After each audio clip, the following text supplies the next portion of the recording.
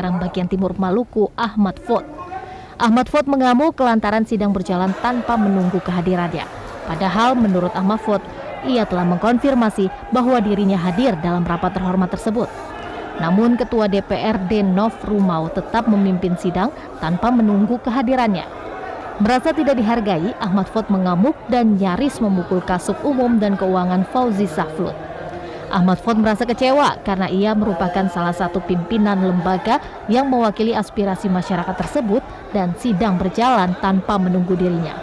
Ia pun sudah mengkonfirmasi kehadirannya melalui sekretaris dan sudah dalam perjalanan. Kesalahan adalah pada sekretariat DPRD. Karena Sekwan mestinya dari awal itu sudah harus dilakukan komunikasi dengan pimpinan. Di DPRD ini semua orang tahu bahwa ada 3 unsur pimpinan, bukan DPRD ini pimpinannya satu saja. Karena itu, kecuali saya tidak berada di tempat. Tapi sepanjang saya berada di tempat dan saya sementara dalam perjalanan menuju ke sini, dan itu akan dikonfirmasi langsung oleh sekretaris saya ke pihak ini.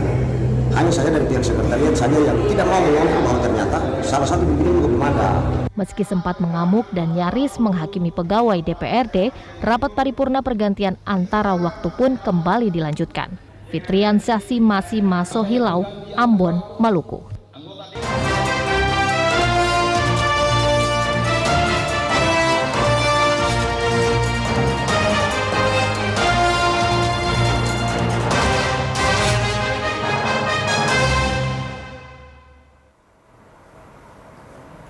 Gedung Keling di Jalan Gatot Subroto, Jakarta Selatan terbakar Sabtu pagi.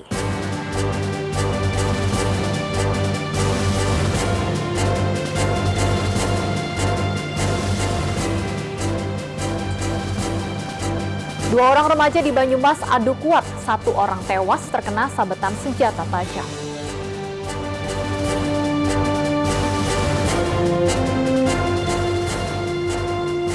Jelang penutupan Pekan Raya Jakarta, pengunjung berburu diskon besar-besaran.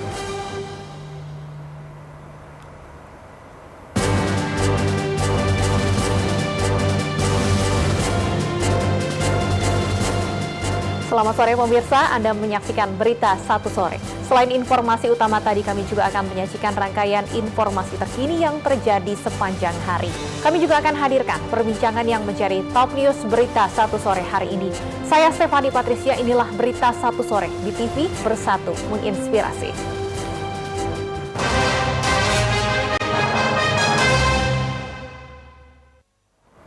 Pemirsa, Gedung Keling di Jalan Gatot Subroto, Jakarta Selatan terbakar Sabtu pagi.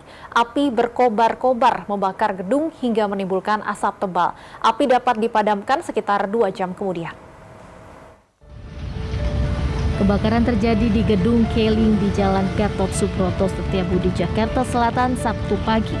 Kebakaran dilaporkan terjadi sekitar pukul 10 pagi. Kobaran api besar menyala di salah satu sudut Keling Tower. Api kemudian merambat ke lantai bagian atas gedung disertai tebalnya asap yang membumbung tinggi. Belasan mobil pemadam kebakaran dikerahkan ke lokasi untuk menjinakkan si jago merah. Petugas berhasil memadamkan api sekitar pukul 12 siang atau 2 jam setelah gedung terbakar. Selanjutnya petugas pun melakukan pendinginan. Keterangan personel pemadam kebakaran, api mulanya berasal dari restoran yang berada di lantai 7 gedung. Informasi awal yang kami terima tadi dari restoran lantai 7. Ya, dampak hanya terdampak aja sedikit. Jadi tidak terbakar total ya. Dari semua gedung tidak terbakar total, hanya dari sisi yang memang tadi ada videotron. Itu pun hanya dinding. Jadi tidak terbakar total ruangan. Hingga Sabtu siang, petugas belum dapat menyimpulkan penyebab pasti kebakaran dan masih dalam penyelidikan polisi. Ada 3 korban luka-luka dan dibawa ke rumah sakit untuk dilakukan pengobatan lebih lanjut. Tim Liputan B-Universe. Polisi tangkap pria yang diduga membunuh pekerja seks komersial di Kota Banjarbaru, Kalimantan Selatan. Pelaku ditangkap saat kabur ke hutan. Alhamdulillah dapat.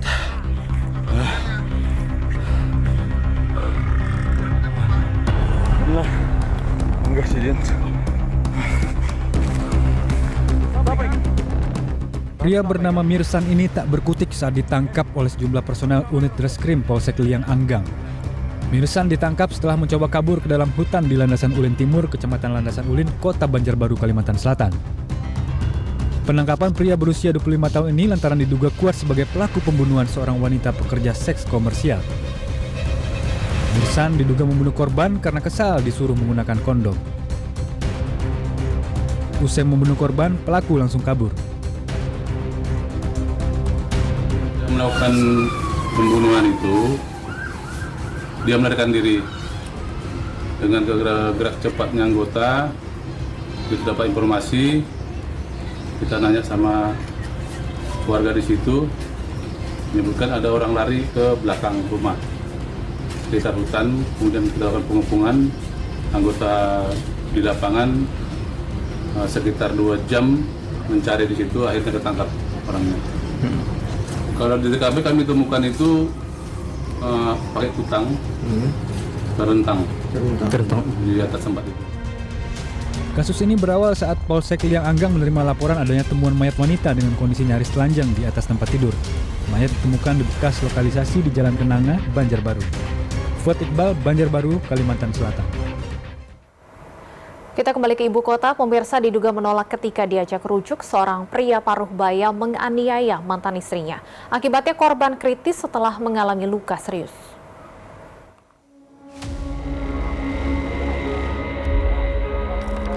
Korban berinisial M mengalami luka serius di sekujur tubuhnya usai dianiaya mantan suaminya. Penganiayaan terjadi pada Kamis dini hari saat mantan suami korban berkunjung ke rumah kos korban di kawasan Johar Baru, Jakarta Pusat. Diduga keduanya terlibat cekcok saat pelaku mengajak korban rujuk.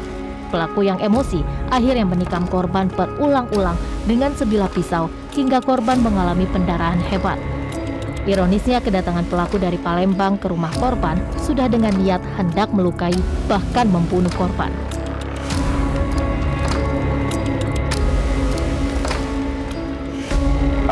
Awalnya kami mendapat laporan adalah penganiayaan, namun setelah kami interogasi lebih mendalam, Mas, jadi pelaku ini mengakui bahwa dia datang dari Palembang menuju ke tempat kejadian perkara ini di Kampung Rawa ini dengan niat untuk melakukan percobaan pembunuhan kepada mantan istrinya, Mas. Nah, salah satu penyebab penceraiannya adalah pelaku ini memiliki temperamen yang kasar, emosi suka meledak, KDRT, dan tidak memiliki pekerjaan tetap sehingga sering merongrong istri dan keluarga istri. Seperti itu, Mas. Korban yang kondisinya kritis saat ini masih menjalani perawatan di Rumah Sakit PRC Jakarta Pusat. Sementara pelaku yang berhasil diamankan warga telah diserahkan ke Polsek Johar Baru.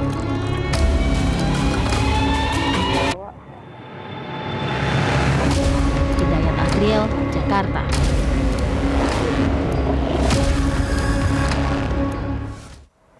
Pemirsa, 3 pemuda yang tenggelam di sebuah danau di Kecamatan Cigudeg, Kabupaten Bogor, Jawa Barat, akhirnya ditemukan dalam kondisi meninggal dunia. Ketiganya diduga melakukan pengobatan spiritual yang dilakukan seorang ustadz.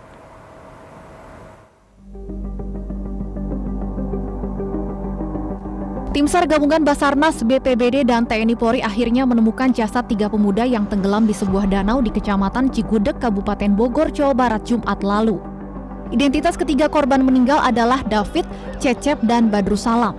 Ketiganya dinyatakan hilang tenggelam selama 16 jam sebelum jasadnya ditemukan tersangkut rerumputan di kedalaman 3 meter. Kesulitannya sampai dengan saat ini dan korban itu di bawah itu di dasar itu ada macam gangga dan lumpur. Dari visibility ada yang memang cuma 15 cm dan ada hanya 1 meter visibility untuk jarak pandang di kedalaman tersebut. Tenggelamnya ketiga pemuda tersebut diduga bermula saat ketiganya akan mengikuti ritual pengobatan secara spiritual oleh seorang pemuka agama. Untuk pengobatannya dilakukan pemandian di sini. Pada saat sedang dilakukan pemandian, yang sakit kemudian berontak.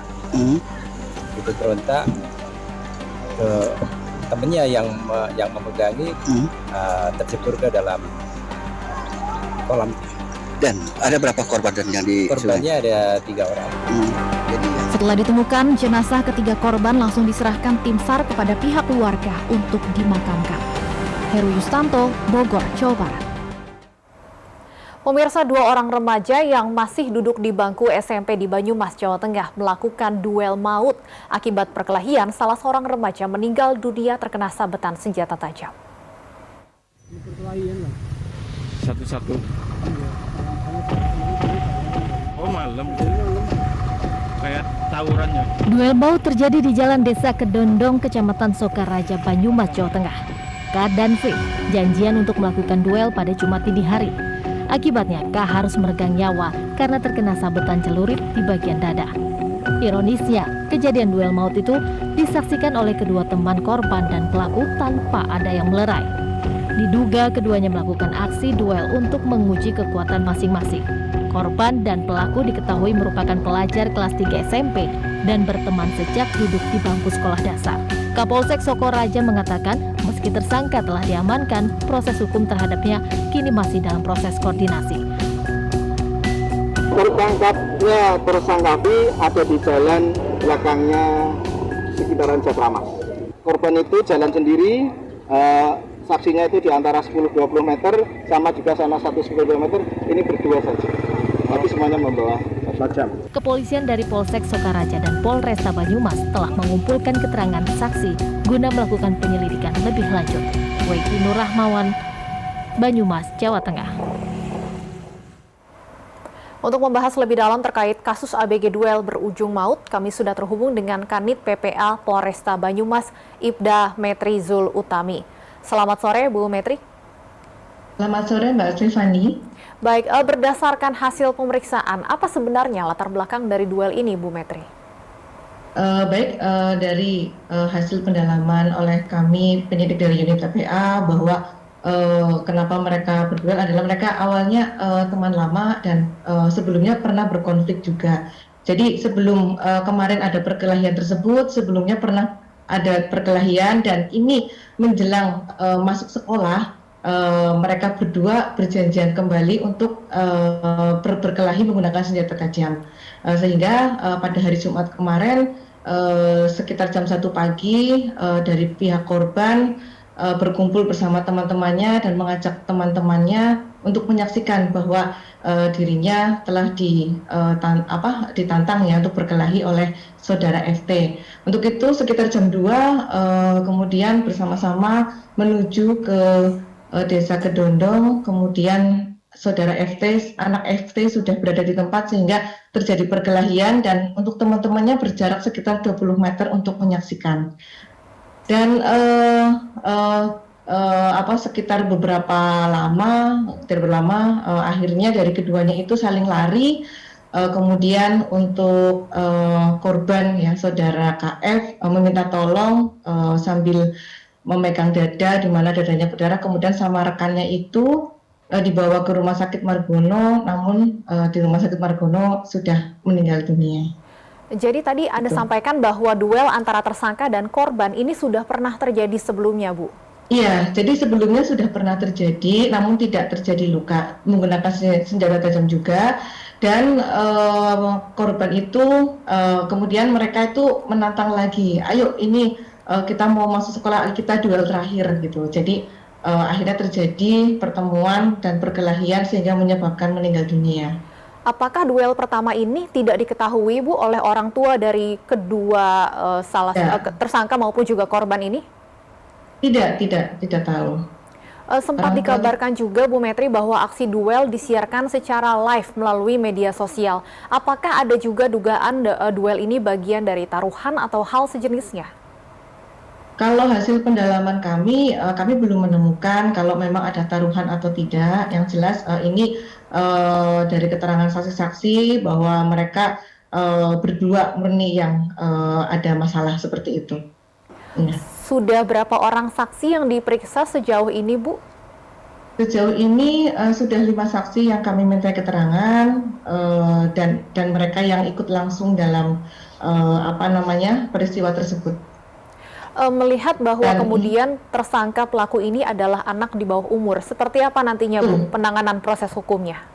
Ya, baik. Untuk kebetulan untuk kalau anak yang berkonflik dengan hukum yang melakukan tindak pidana itu namanya anak berkonflik dengan hukum ya, bukan tersangka ya. Jadi di SPPA, Sistem Peradilan Pidana Anak, ketika anak melakukan tindak pidana itu namanya anak yang berkonflik dengan hukum ya. Jadi kalau di SPPA juga sudah jelas kalau anak sudah diproses hukum jika 12 sampai 18. Nah, ini anak usia 14 tahun itu perlakuannya bisa dilakukan penahanan ketika anak sudah berusia 14 tahun dan ini kebetulan untuk anak usianya 14 tahun 8 bulan sehingga bisa dilakukan penahanan dan kami sudah melakukan penahanan dan kami dalam hal ini bekerja sama dengan pihak Bapas untuk melaksanakan penelitian masyarakat, kemudian kami juga bekerja sama dengan UPT DPPA, kami juga bekerja sama dengan psikolog, kemudian kami dalam hal ini sedang melengkapi pemberkasan ya. Jadi ini waktunya hanya 15 hari. Setelah 15 hari kami akan limpahkan ke jaksa penuntut umum. Begitu, apa ancaman hukuman terhadap anak berkonflik dengan hukum ini, Bu?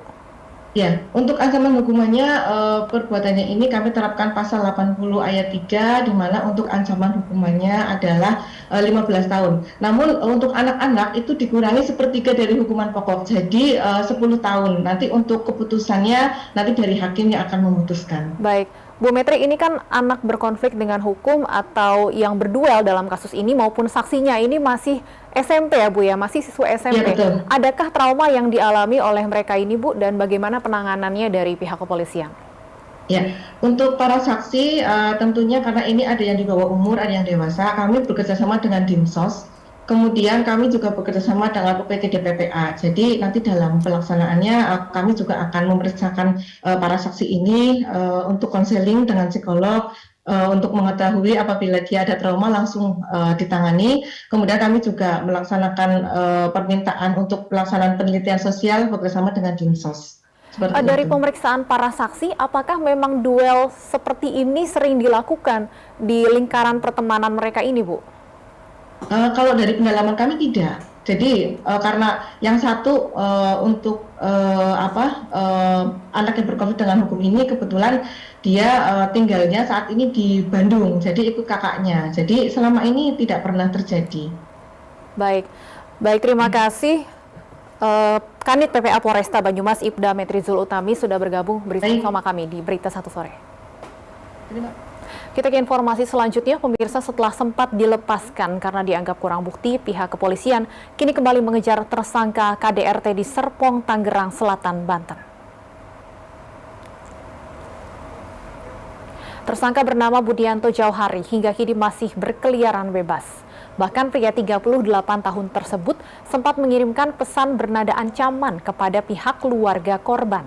Polisi melakukan pengejaran pelaku untuk proses penyelidikan lanjutan. Selain itu, keterangan korban juga nantinya akan disinkronkan dengan pengakuan dari pelaku yang kini masuk dalam daftar pencarian orang atau DPO.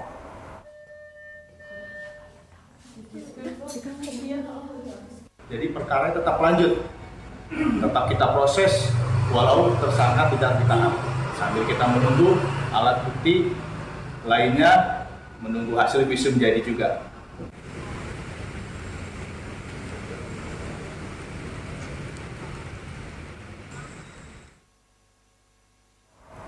Sebelumnya, video penganiayaan seorang wanita yang tengah hamil 4 bulan oleh suaminya viral di media sosial. Peristiwa itu terjadi di sebuah perumahan di kawasan Serpong Utara, Tangerang Selatan.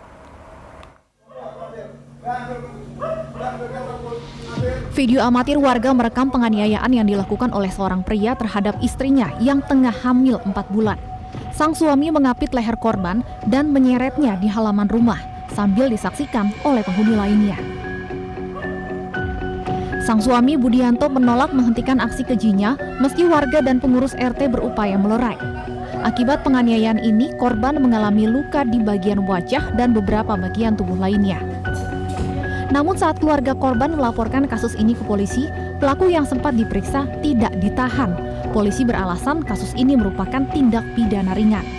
Nggak tahu saya, apa mungkin berantem saya juga nggak tahu kan saya kerja Pak, jadi saya nggak tahu. Saya ngeliat darahnya tuh keluar banyak dari hidung, kuping, sama ini. Dia nonjok, sekeras-kerasnya nonjok. Nah Bu, yang Ibu tahu ya, pelaku ini sudah dilaporkan ke polisi Bu? Sudah. Nah ini kan dapat info Bu, katanya pelaku dilepaskan Bu. Itu alasan apa katanya Bu? Iya, saya juga katanya itu sih tindak pidana ringan. Nah itu jadi alasan si pelaku dilepaskan? Iya, saya juga bingung Pak. Heran ya kan, mungkin karena dia banyak duit, dia bisa pakai duit, sedangkan saya orang nggak punya. Setelah viral dan menjadi perbincangan, Polres Tangerang Selatan baru menetapkan Budianto sebagai tersangka penganiayaan istrinya dan memburunya. Pihak keluarga korban menuntut agar pelaku dijerat hukuman maksimal.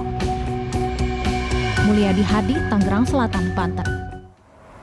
Sementara itu, ayah korban KDRT di Tangerang Selatan juga mengaku mendapatkan ancaman dari pelaku. Bukan lancang, bukan sok jagoan. Pasti gue bantai. Satu keluarga, satu persatu gue bantai. Tapi gue juga punya adat. Dalam rekaman suara yang dibagikan ayah korban, terdengar suara ancaman pelaku yang menyebut akan membantai keluarga. Mendengar ancaman tersebut, ayah Tiara Maharani atau korban, yaitu Marjali, merasa tidak terima dengan hal itu seperti yang diungkapkannya kepada awak media. Marjali menyebut pelaku menebar ancaman tersebut ketika sedang berada di kantor Polres Kota Tangerang Selatan dan saat sedang berkomunikasi dengan korban. Satu saya bantai, itu yang saya kagak terima. Itu siapa yang bilang Pak? Ya itu pelaku. Saat di rumah sakit? Saat di Polresnya. Saat di Polres? Iya, pada waktu dia telepon sama anak saya. Dan itu disaksikan polisi Pak? Iya, maka dari itu enggak. Cuma di ruangan merokok.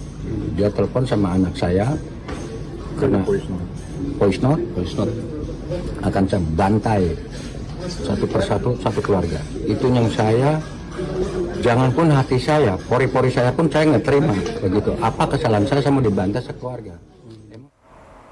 Nah, pemirsa, untuk membahas lebih dalam terkait kasus KDRT di Tangerang Selatan, kami sudah terhubung dengan Ketua Harian Kompolnas, Beni Mamoto. Selamat sore, Pak Beni. Selamat sore. Baik, Pak Beni, ini menjadi sorotan dan banyak yang mempertanyakan mengapa tersangka tidak ditahan usai melakukan kekerasan kepada sang istri. Polisi beralasan karena tindak pidana ringan. Anda sendiri melihatnya seperti apa? Ya, kami tentunya memprihatinkan ya atas tindakan yang dilakukan oleh penyidik ini. Karena apa? Untuk mengukur apakah itu penganiayaan ringan atau berat, kan harus ada visum. Di sisi lain, secara fisik kan bisa dilihat ketika darah itu keluar dari hidung, dari telinga, itu tentunya pasti ada kerusakan di dalam kepala dari korban. Jadi kalau alasannya ini tindak pidana penganiayaan ringan, menurut saya tidak tepat. Kemudian yang kedua, kenapa sih ini bicara kepedulian dan kepekaannya. Kalau sudah melihat ibu hamil 4 bulan dalam kondisi lemah, kemudian dihajar oleh suaminya, ini tentunya harus ada kecepatan dalam memproses. Segera diperiksa saksi-saksi, segera diminta keterangan korban di rumah, tidak perlu dia harus hadir ke kantor polisi. Itu berarti sudah keterangan saksi, satu alat bukti. Tersangka sempat diinterview, kenapa tidak langsung diperiksa, sehingga nanti sudah 2 alat bukti sudah ada, sambil menunggu visum, harusnya bisa dilakukan penahanan. Terbukti sekarang lari, malah mengancam. Nah inilah yang menurut kami harusnya pihak penyidik ada kepekaan, ada kepedulian, di samping itu belajar dari kasus-kasus sebelumnya. Ketika ini sudah viral, sudah ribut, ini kan kurang bagus untuk citra baik Polri. Baik. Ya, artinya kalau melihat foto luka korban ya ini sudah tersebar luas di media sosial. Menurut Anda ini seharusnya tidak masuk dalam tindak pidana ringan ya Pak Beni? Ya kalau keluar darah dari kuping, dari hidung, itu serius. Masalahnya serius karena sudah bisa diperkirakan bahwa itu organ di dalam yang sudah terdampak. Pasti ada pukulan yang keras. Terlebih kalau mendengar cerita dari orang tua korban bahwa yang bersangkutan malah justru mengancam akan membantai keluarganya. Ini kan tipikal orang yang sadis. Sekarang kabur lagi. Nah, ini menjadi koreksi tentunya diharapkan ke depan aparat ketika menangani kasus-kasus kekerasan terhadap perempuan dan anak ini perlu kepekaan tersendiri, perlu langkah cepat, perlu perlindungan kepada korban. Contohnya saja, ini kalau tidak viral bisa-bisa terjadi perulangan karena si tersangkanya tidak ditahan. Apakah ada perlindungan, apakah ada pengawasan? Ini juga perlu kita pertanyakan bersama. Jadi kami sudah minta klarifikasi ke Polresta Tangsel dan kami sudah mendorong untuk percepatan penanganan kasus ini. Apa hasil klarifikasi tersebut, Pak Beni? Betul, jadi ini harus ada proses penanganan yang cepat, memburu pelaku segera tertangkap, kemudian ditahan, kemudian diproses. Nah, yang penting adalah perlindungan kepada keluarga, termasuk korban, karena kalau mendengar pengakuan dari orang tua korban, ini tipikal orang yang sadis. Dalam kondisi begini masih bisa mengancam. Baik, kalau seperti yang Anda sampaikan tadi, Pak Beni, dan kami juga sempat tayangkan, ada ancaman kepada keluarga korban. Apakah artinya pelaku ini berpotensi dijerat pasal berlapis?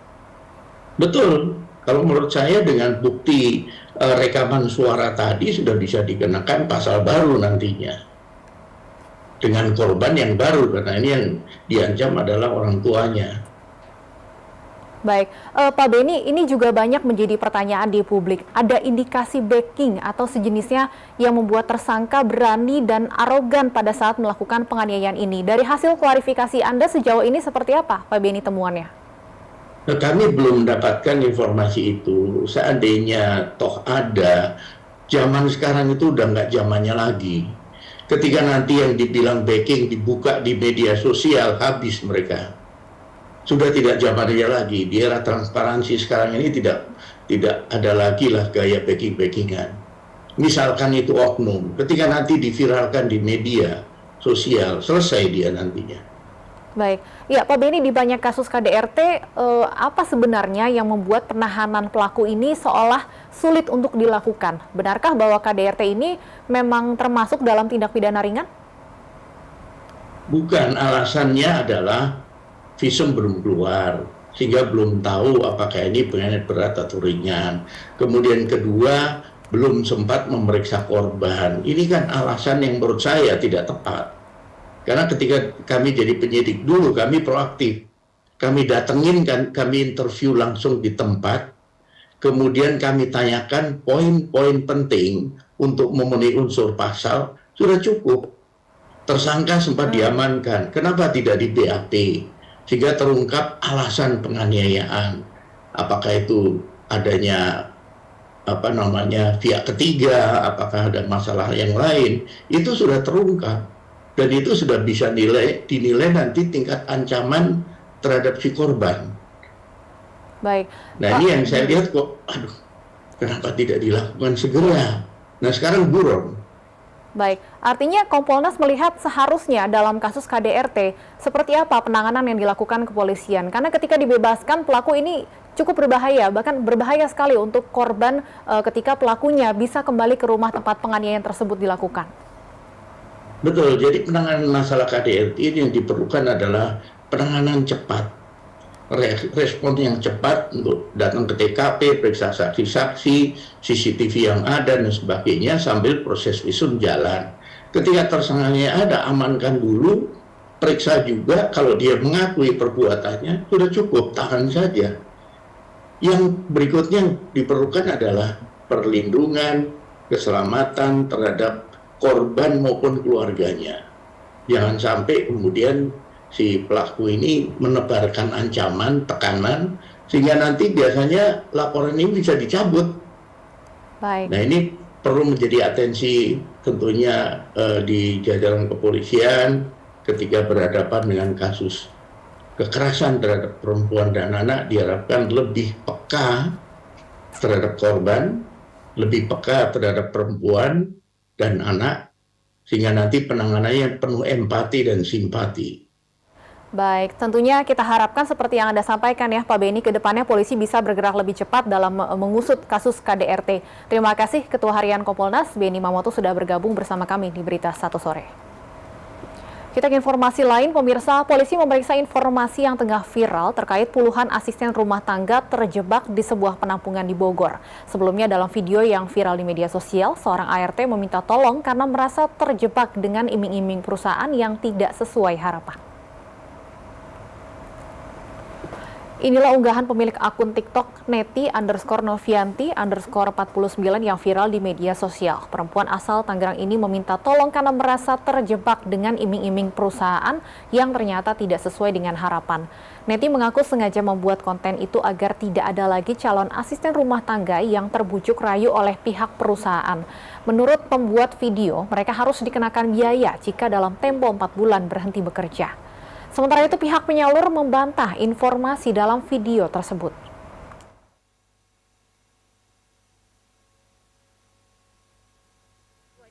Nggak tahu peraturan mereka tuh seperti apa, pokoknya kita harus kerja selama 4 bulan. Kalau udah 4 bulan baru nggak dipotong, tapi kalau udah dipotong, kalau nggak kuat 4 bulan, berarti kita harus membayar mereka 2,5 juta. Ketika mereka pasang posting di iklan Facebook. Iya.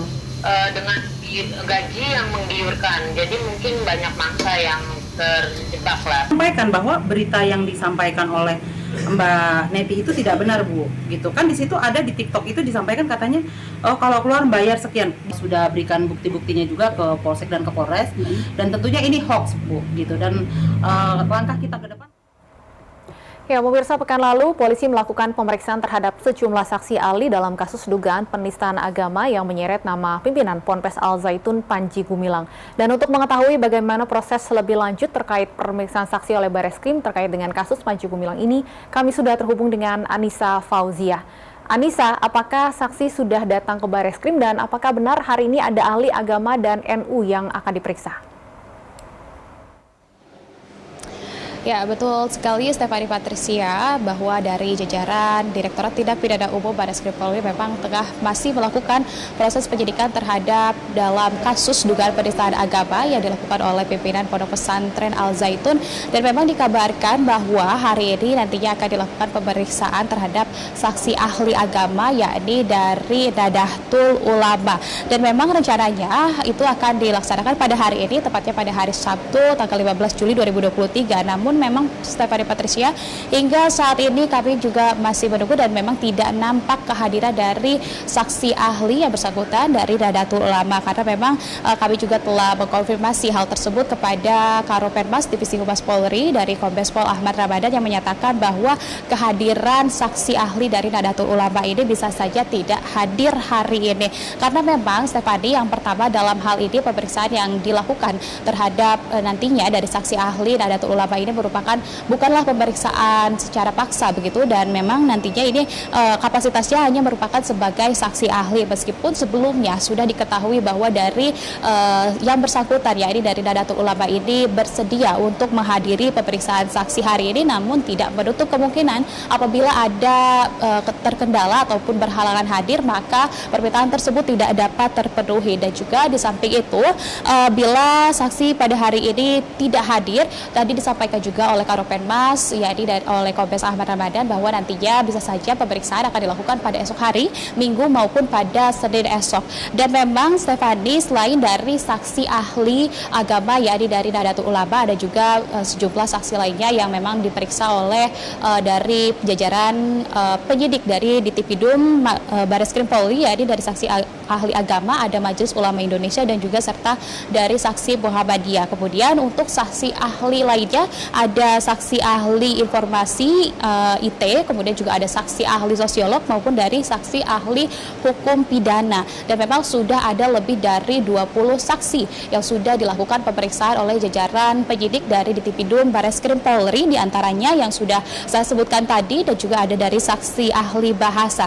Penyidik Bareskrim Polri juga hingga saat ini selain dari proses pemeriksaan saksi, ada langkah lainnya yang tengah dilakukan oleh penyidik, yakni dari mulai saat ini juga tengah menunggu hasil dari pembahasan fatwa yang nantinya akan disampaikan oleh Majelis Ulama Indonesia soal penodaan agama yang dilakukan oleh pimpinan Pondok Pesantren Al Zaitun Panji Gumilang. Dan memang nantinya fatwa tersebut juga akan digunakan oleh penyidik ini sebagai salah satu landasan penegakan hukum ataupun langkah hukum yang akan ditentukan terhadap Panji Gumilang ini. Dan dalam prosesnya pun, dalam penyidikan ini nantinya selain dari secara paralel ini nanti penyidik akan tengah menunggu juga hasil dari laboratorium forensik terkait dengan pemeriksaan video viral dari pondok pesantren tersebut. Kemudian tahap selanjutnya, jika kepolisian telah merampungkan sejumlah tahapan-tahapan tersebut, nanti akan dilakukan pemanggilan kembali pemeriksaan terhadap Panji Gumilang untuk yang kedua kalinya. Usai dilakukan pemeriksaan kedua terhadap Panji Gumilang ini, barulah nanti akan dilakukan gelar perkara untuk kemudian dapat menentukan langkah hukum apakah Panji Gumilang ini dapat sah ditetapkan sebagai tersangka. Stephanie Patricia. Baik, terima kasih Anissa Fauzia melaporkan langsung dari Bareskrim Polri. Selamat bertugas kembali. Sebelumnya, pemirsa, Bareskrim Polri melakukan pemeriksaan terhadap saksi yang berada dalam video Al Zaitun. Pada Jumat kemarin, Bareskrim memeriksa mantan Wakil Bupati Indramayu Luki Hakim dan pendeta berinisial CHMP terkait kasus Panji Gumilang.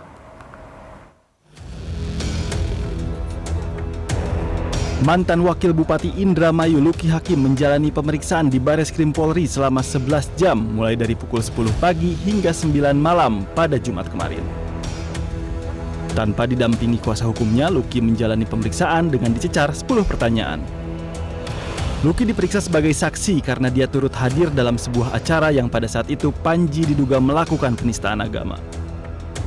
Saya sendiri secara pribadi merasa dirugikan karena orang berasumsi banyak sekali beranggapan saya adalah brand ambassador dari Al Zaitun, saya adalah donatur ataupun bagian daripada itu gitu. Tanpa saya punya kesempatan untuk berklarifikasi secara formal.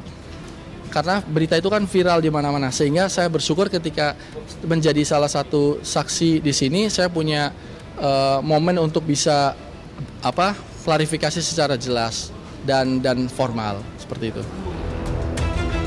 Selain Luki Hakim, Bareskrim juga melakukan pemeriksaan terhadap seorang pendeta berinisial CHMP yang ada dalam video sholat Id di Ponpes Al Zaitun. Para saksi ini dimintai keterangan terkait keberadaan mereka yang terekam dalam video Al Zaitun. CHMP yang bersangkutan hadir telah datang tadi jam 10 dan sampai pendeta dalam barisan saf sholat sesuai yang ada di video. Yang kedua, dimintai keterangan terkait dengan keberadaan mereka yang terekam dalam video di Pondok Pesantren Al Zaitun. Bareskrim Polri saat ini tengah fokus mengusut dugaan tindak pidana penistaan agama, ujaran kebencian, dan penyebaran berita bohong yang diduga dilakukan Panji Gumilang. Penyidik tengah memeriksa saksi-saksi sekaligus mengumpulkan alat bukti, kemudian akan dilakukan gelar perkara untuk menentukan apakah Panji layak ditetapkan sebagai tersangka ataupun tidak. Tim Liputan, The Universe.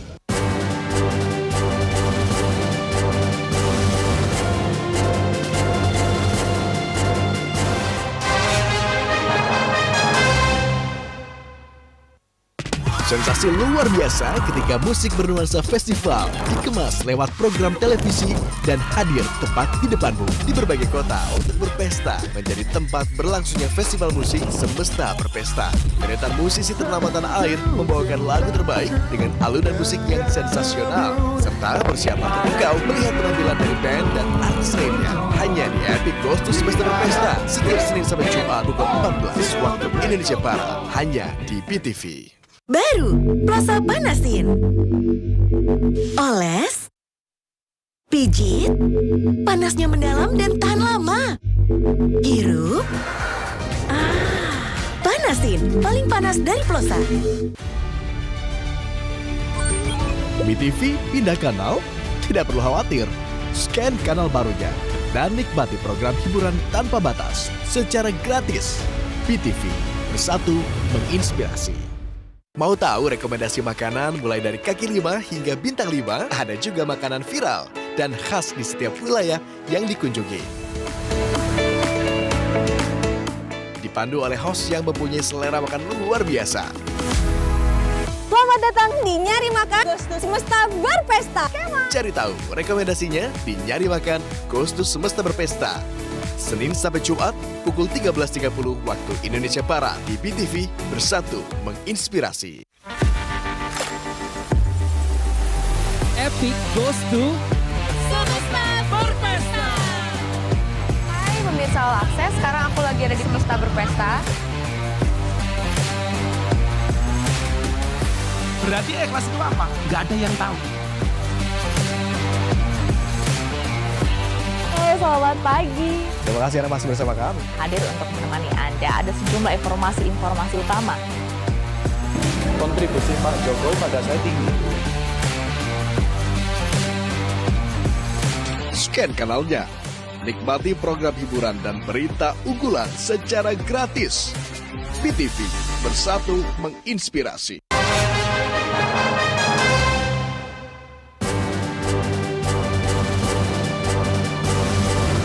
Kembali di Berita 1 Sore, pemirsa, pasca banjir dan longsor yang melanda wilayah Sumatera Barat, sejumlah sekolah terpaksa meliburkan kegiatan belajar mengajar. Para murid yang sudah mendatangi sekolah dipulangkan karena banjir masih merendam bangunan sekolah.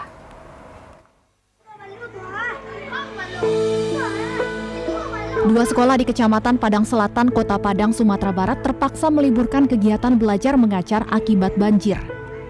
Salah satunya di SDN 33 Rawan. Banjir sempat mencapai ketinggian 1 meter di sekolah ini. Para murid yang sudah mendatangi sekolah pun terpaksa dipulangkan. Sejumlah fasilitas sekolah seperti buku dan meja belajar juga mengalami kerusakan akibat banjir. Sekarang semuanya hancur deh, buku, kemudian meja, pada jatuh semua kan, tersinggung gitu.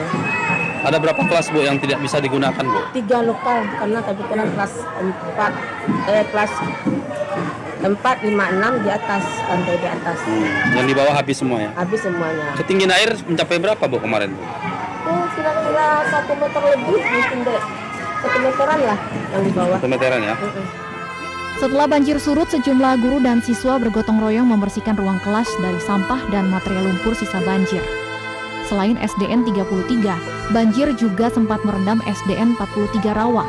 Kegiatan belajar mengajar di sekolah ini pun juga turut diliburkan. Ulfa Musriyadi, Padang, Sumatera Barat. Ya, sebelumnya pemirsa, hujan deras yang melanda Sumatera Barat sejak Kamis malam menyebabkan sejumlah wilayah terendam banjir dan longsor. Di Kota Padang, 2 anak meninggal karena tertimbun longsor. Selain itu, salah satu tempat pemakaman juga dihantam longsor hingga beberapa kuburan terseret material longsor.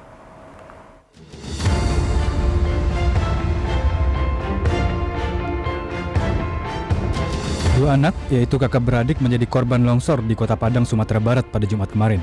Longsor diakibatkan hujan deras yang melanda sejak Kamis malam. Diketahui korban bernama Fadlan Khalif Putra berusia 5 tahun dan Fikri Aulia Sidik 3 tahun. Kedua korban sempat terjebak longsor selama 3 jam. Di tengah kondisi mati listrik, warga melakukan upaya pencarian dengan alat seadanya. Namun saat ditemukan, keduanya sudah meninggal dunia. Camat Padang Selatan mengatakan cuaca ekstrim yang melanda menyebabkan 10 lokasi di Padang Selatan mengalami banjir dan longsor. Tadi kita pantau ada sekitar 10 titik longsoran di 12 kelurahan. Ada berapa rumah yang terkena dampak Pak? Kalau rumah ini belum maksimal kita data, tapi yang informasi yang telah kita himpun tadi sementara ada lebih kurang 8 rumah yang terdampak ya terdampak. Sementara itu, tempat pemakaman umum Ikatan Keluarga Pesisir Selatan di Kota Padang juga dihantam longsor. Sejumlah jenazah yang ada di TPU itu keluar dari kuburan, bahkan sampai terseret longsor. Masyarakat dibantu personel Polsek Padang Selatan dan BPPD Kota Padang berjibaku mengumpulkan jenazah yang terseret longsor. Jenazah sementara dibawa ke rumah warga. Kita sudah dilakukan evakuasi jenazah, ada sekitar 10, kemungkinan masih ada sekitar 20 atau 30 jenazah lagi yang mau dievakuasi. Itu rata-rata jemaahnya jenazahnya jenazah baru atau sudah lama ini evakuasi? Macam itu ada yang baru dan ada yang lama. Rencananya jenazah akan dimakamkan kembali oleh pihak keluarga masing-masing ke tempat lain. BPPD mencatat sebanyak 7 daerah di Sumatera Barat terendam banjir pada Jumat 14 Juli. BPPD menyatakan banjir hampir merendam seluruh wilayah pesisir Sumatera Barat. Banjir disebabkan curah hujan yang cukup deras sejak Kamis malam 13 Juli, sementara daerah yang paling terdampak adalah Kota Padang. Ulfa Musriadi, Padang, Sumatera Barat. Kita ke informasi lain, pemirsa, seorang ayah tiri di Kabupaten Kuningan, Jawa Barat dengan tega menyetubuhi 2 anak tirinya yang masih di bawah umur. Aksi bejat pelaku terbongkar setelah korban melapor ke ibunya. Polisi menangkap seorang pria berinisial AW, warga Kecamatan Jalaksana, Kabupaten Kuningan, Jawa Barat. Pria berusia 45 tahun ini dengan tega menyetubuhi kedua anak tirinya yang masih di bawah umur. Sebelum menyetubuhi keduanya, pelaku juga melakukan kekerasan dan mengancam kedua korban untuk tidak memberitahukan perbuatan bejatnya kepada ibu korban atau istri pelaku. Pelaku pertama menyetubuhi anak pertama sang istri selama 5 tahun, mulai dari tahun 2012 hingga 2017. Saat itu, korban masih berusia 13 tahun. Kemudian, pelaku menyetubuhi adik korban pada tahun 2020 hingga 2023. Kasus ini terungkap setelah korban kedua yang saat ini berusia 16 tahun menceritakan perbuatan ayah tirinya kepada guru mengajinya. Jadi si anak ini keduanya melapor awalnya kepada guru ngaji, dan guru ngajinya melapor kepada si istrinya, langsung membuat laporan ke Polres Kuningan. Langsung kami ambil langkah penegakan hukum. Menikah sejak tahun berapa? Ya. Kurun waktu berarti dari 2010. Ya. Berarti ada kurun waktu 13 tahun. Berkat bantuan dari guru ngaji tersebut, si korban melaporkan kepada ibunya dan langsung membuat laporan polisi ke Polres Kuningan. Bacanya sekedar omongannya? Ya. Dan ibunya pelaku sendiri pernah menjadi guru agama? Nah, kalau itu nanti perlu kami dalami lagi ya. Yang jelas perbuatan tercela yang dilakukan pelaku ini harus dipertanggungjawabkan ya di sidang pengadilan. Dari pengakuan pelaku, ia melakukan perbuatan bejatnya itu di rumahnya saat sang istri sedang bekerja. Pelaku melanggar sejumlah pasal dalam Undang-Undang tentang Perlindungan Anak.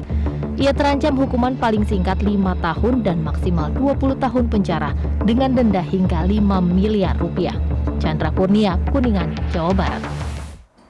Sementara itu, pemirsa, seorang pria yang merupakan pelatih paskibraka di Kabupaten Muara Enim, Sumatera Selatan memaksa sejumlah murid SMK untuk melakukan aksi tidak senonoh terhadap dirinya.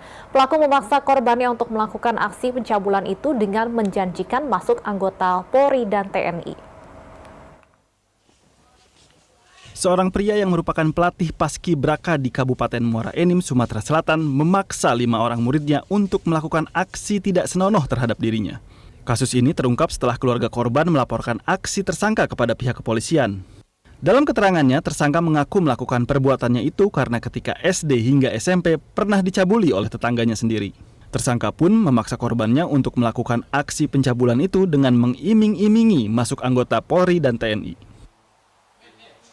Pada awalnya ini laporan dari pihak keluarga korban. Ya, setelah itu kami tindak lanjuti. Di tanggal 15 Juni mereka melaporkan, di tanggal 20 Juni sudah kami amankan tersangka tersebut.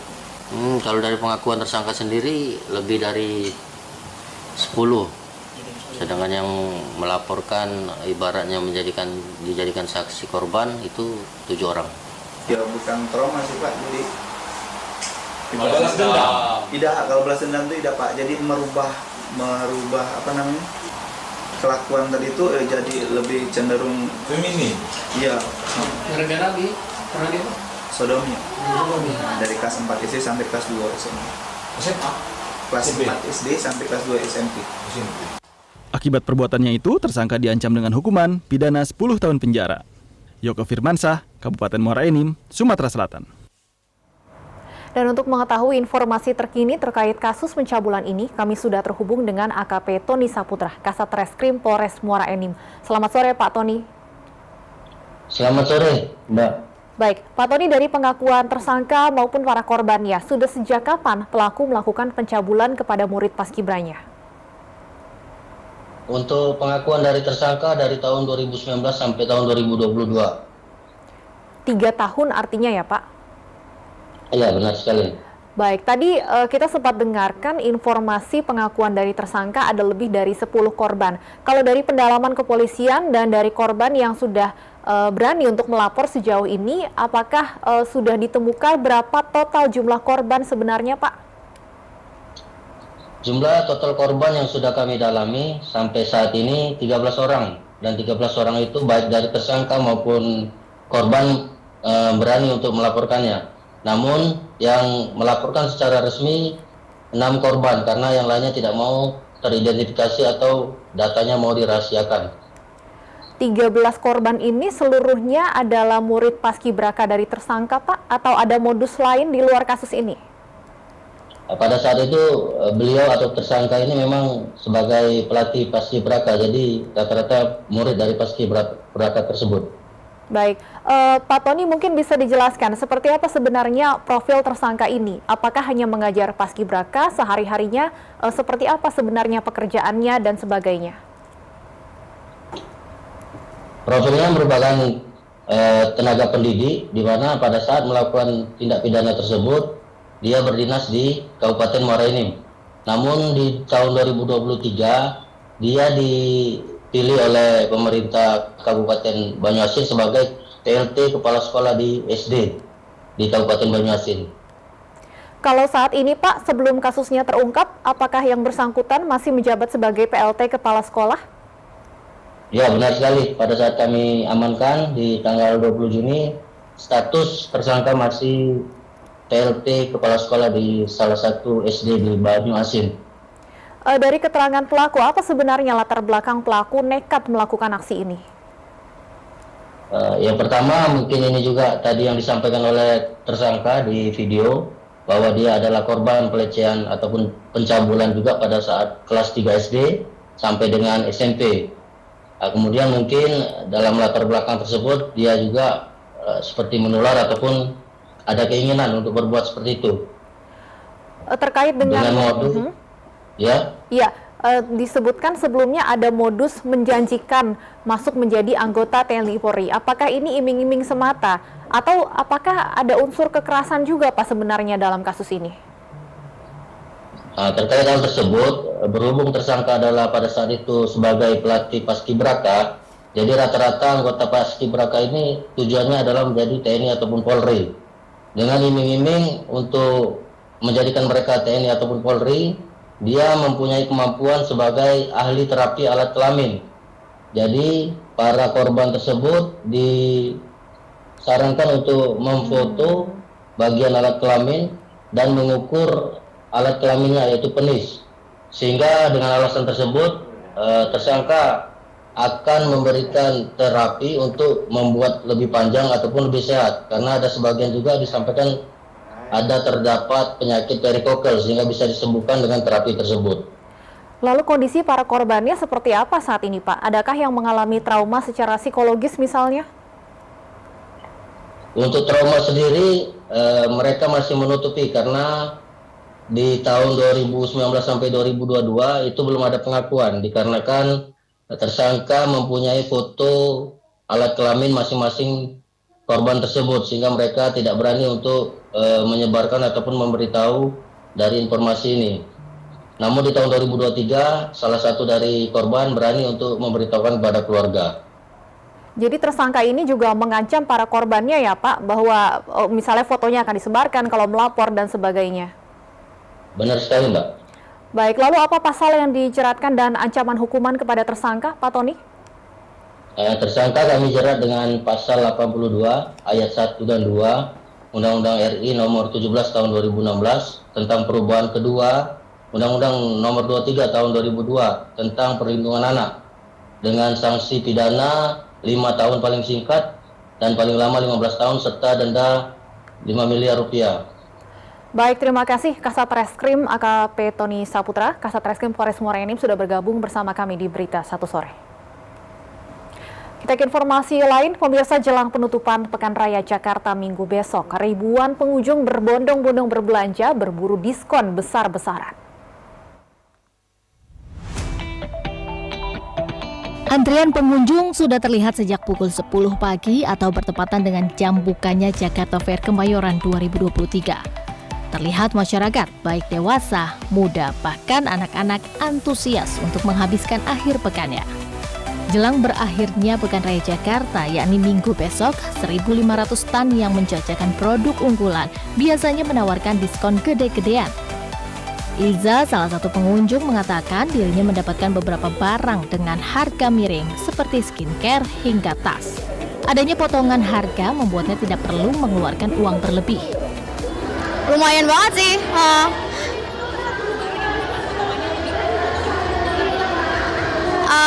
Kayak misalnya apa ya? Kayak tas. Tadi kan biasanya kan kalau di online shop aja kadang kan ada yang sampai 200 sebetulnya ya, tapi di sini cuma beli kayak 100 kan besar banget tuh potongannya, lumayan. Jadi ya udah beli sekalian gitu. Selain Iza, ada pula Anwar, warga asal Cibubur yang datang bersama anak-anaknya. Terlihat ayah 4 orang anak ini membeli cukup banyak barang di PRJ. Beli sepatu, beli baju anak gitu Mbak. Diskon-diskon murah alhamdulillah harganya.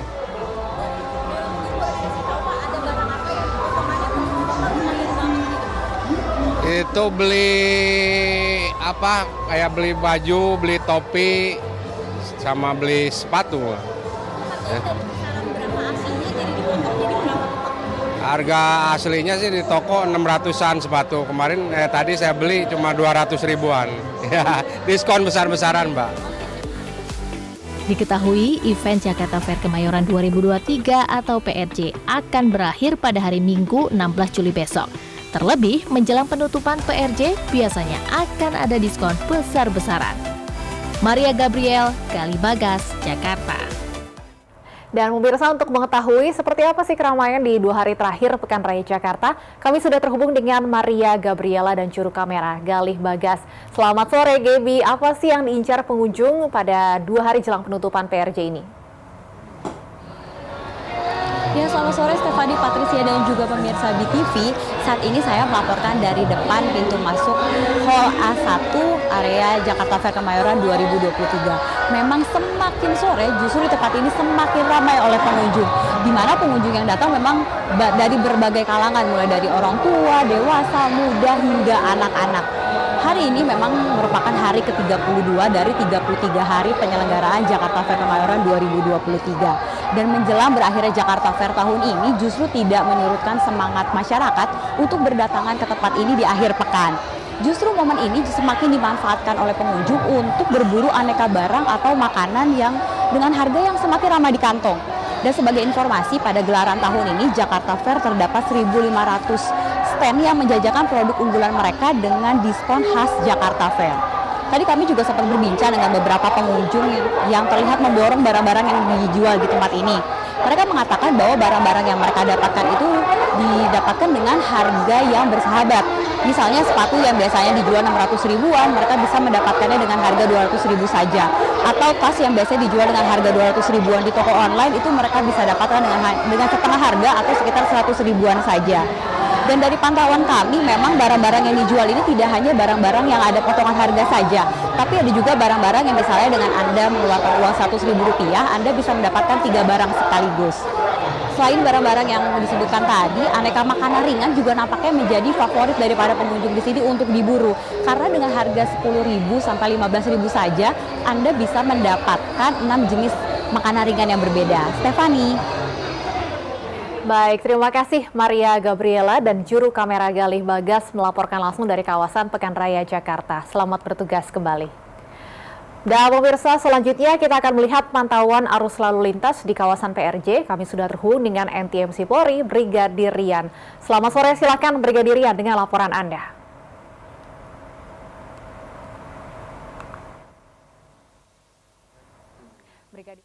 Silakan dengan laporan Anda. Ya baik, terima kasih dan selamat sore pemirsa. Kami dari NTMC Polri hadir kembali mengajak Anda memantau bagaimana perkembangan lalu lintas pada sore hari ini di libur akhir pekan. Dan saat ini saya melaporkan langsung dari kawasan J-Expo Kemayoran, tepatnya di Jalan Benyamin Sueb, Jakarta Pusat. Dan kita bisa melihat sendiri bahwa situasi lalu lintas di kawasan PRJ dan sekitarnya nampak dalam keadaan cukup ramai. Kita mulai langsung dari kendaraan dari arah Ancol yang akan menuju ke arah Cepaka Putih ataupun yang akan menuju ke arah Senen pada sore hari ini memang masih nampak dalam keadaan ramai dan lancar. Namun harap berhati-hati dikarenakan memang masih banyak kendaraan yang parkir di lajur 1. Untuk itu bagi Anda, bagi para pengendara untuk lebih berhati-hati kembali. Sementara kita menuju dari arah sebaliknya, yaitu kendaraan dari arah Cempaka Putih yang akan menuju ke arah Ancol ataupun yang akan ke arah Mangga 2, kita bisa melihat langsung bahwa kendaraan pada sore hari ini nampak dalam keadaan cukup ramai, di mana peningkatan volume kendaraan nampak terjadi pada sore hari ini dan juga terjadi perlambatan laju kendaraan mengingat hari ini merupakan hari H-1 menjelang berakhirnya PRJ. Jadi banyak para pengunjung yang akan datang berlibur untuk mengisi libur akhir pekan di kawasan PRJ Kemayoran. Untuk itu kami menghimbau pada pengguna jalan agar lebih berhati-hati mengingat masih banyaknya pejalan kaki yang berlalu lalang di kawasan ini. Untuk bagi Anda untuk lebih berhati-hati dan selalu jaga kecepatan kendaraan Anda dalam batas yang normal. Dan perlu kami informasikan juga memang untuk kantong parkir yang tersedia di kawasan PRJ memang sudah penuh. Jadi masih banyak pengguna jalan khususnya roda 4 yang parkir di bahu jalan atau di lajur 1. Untuk itu kami menghimbau bagi masyarakat yang melintasi di kawasan ini, mohon kerjasamanya untuk selalu mengikuti arahan dan petugas kami yang sedang berada di lapangan. Dan perlu kami informasikan juga bagi Anda para pengendara baik roda 2 maupun roda 4 yang tidak ingin berkunjung ke kawasan PRJ untuk menggunakan jalan alternatif lain supaya tidak terjadinya antrian atau kepadatan di ruas jalur kawasan Kemayoran dan sekitarnya. Dan memang perlu kami informasikan juga memang beberapa titik di kawasan sepanjang Jalan Benyamin Sueb banyak putar balik arah yang ditutup untuk menghindari terjadinya antrian kendaraan. Untuk itu kami himbau untuk selalu mengikuti aturan atau rekayasa lalu lintas yang disiapkan dari petugas kami dari Satlantas Polda Metro Jaya dan jajarannya demi menertibkan kendaraan yang berada di kawasan Kemayoran ini. Dan perlu kami informasikan juga memang pada saat ini kepolisian sedang menggelar operasi Patuh Jaya terhitung dari tanggal 10 sampai dengan 10 sampai dengan tanggal 23 Juli. Untuk itu kami menghimbau para pengguna jalan untuk lebih tertib dalam berlalu lintas, seperti tidak melawan arah ataupun tidak menggunakan helm, atau yang untuk roda 4 tidak menggunakan safety belt dengan baik dan benar. Untuk itu kami himbau untuk selalu patuhi peraturan lalu lintas demi keselamatan dan kelancaran bersama. Dan bagi Anda yang ingin dapatkan informasi seputar kondisi lalu lintas terkini, Anda bisa langsung menghubungi call center kami di 1500669, bisa juga melalui SMS di 9119. Stop pelanggaran, stop kecelakaan, keselamatan untuk kemanusiaan, dan salam presisi. Sekian, Brigadir Rian melaporkan. Baik, terima kasih Brigadir Rian, salam presisi. Sementara itu, pemirsa, libur akhir pekan di Taman Tebet Eco Park juga ramai akan pengunjung. Beberapa fasilitas di taman ini dijadikan spot yang menjadi daya tarik dikunjungi para pengunjung, baik dari Jakarta maupun luar Jakarta. Dan berikut laporan dari Andrea Hosana dan juru kamera Haniel Rivelino. Pemirsa BTV, saat ini saya sedang berada di taman yang baru saja mendapatkan penghargaan dari Presiden Design Award 2023 dari Singapura, yakni Taman Tebet Eco Park nih pemirsa. Nah, di taman ini terdapat 8 zona yang dapat dikunjungi oleh para pengunjung nih. Beberapa di antaranya yang menarik nih pemirsa, ada Infinite Link Bridge, di mana jembatan ini bisa berfungsi untuk menyambungkan antara Taman Utara dan juga Taman Selatan, di mana para pengunjung yang datang dan tiba dari Taman Utara ini bisa menyeberang melalui Infinity Link Bridge ini ke Taman Selatan. Selain itu juga pemirsa ada hal menarik lainnya, yakni seperti playground untuk children, di mana bagi Anda yang merupakan pasangan atau berkeluarga dan memiliki anak, taman ini sungguh sangat family friendly. Nah, saat ini saya akan mewawancarai salah satu pengunjung yang ada di sini dan tampak sedang melakukan piknik bersama begitu ya. Halo, selamat siang Ibu. Boleh perkenalan, namanya siapa? Dengan Mita. Oke, Ibu Mita ini datangnya sama teman-temannya ya? Iya, betul, sama teman-teman. Nah, dalam rangka apa sih datang ke Taman Tebet Eco Park ini?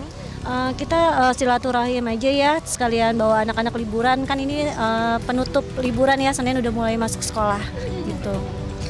Oke Ibu, nah dari taman ini apa sih yang menarik? Ini kan taman ini baru saja memenangkan penghargaan dari Singapura ya. Menurut Ibu dari desain atau dari tata letak taman ini, apa sih yang membuat taman ini menarik? Untuk letaknya sangat strategis ya, dekat dari mana-mana gitu. Terus kebetulan tempatnya juga sangat luas dan yang pasti gratis. Banyak spot foto, permainan anak-anaknya juga banyak gitu ya. terus sama nyaman sih di sini gitu. Oke, baik, terima kasih banyak Ibu untuk waktunya. Oke, baik, itu dia tadi pemirsa salah satu jawaban dari para pengunjung yang datang ke sini. Dan ini memang taman ini memiliki banyak sekali permainan atau memiliki spot-spot untuk foto yang bisa Anda gunakan dan juga tentunya berlibur secara gratis. Dari Jakarta, Andrea Hosana, Hani Riveluno melaporkan.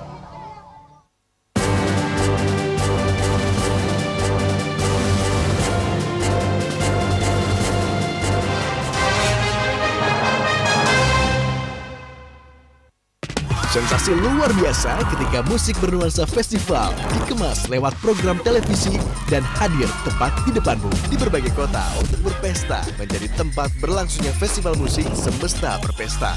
Deretan musisi ternama tanah air membawakan lagu terbaik dengan alunan musik yang sensasional serta persiapan terpukau melihat penampilan dari band dan artis lainnya hanya di Epic Goes to Semesta Berpesta setiap Senin sampai Jumat pukul 14 waktu Indonesia Barat hanya di BTV. BTV pindah kanal? Tidak perlu khawatir. Scan kanal barunya dan nikmati program hiburan tanpa batas secara gratis. BTV, bersatu menginspirasi.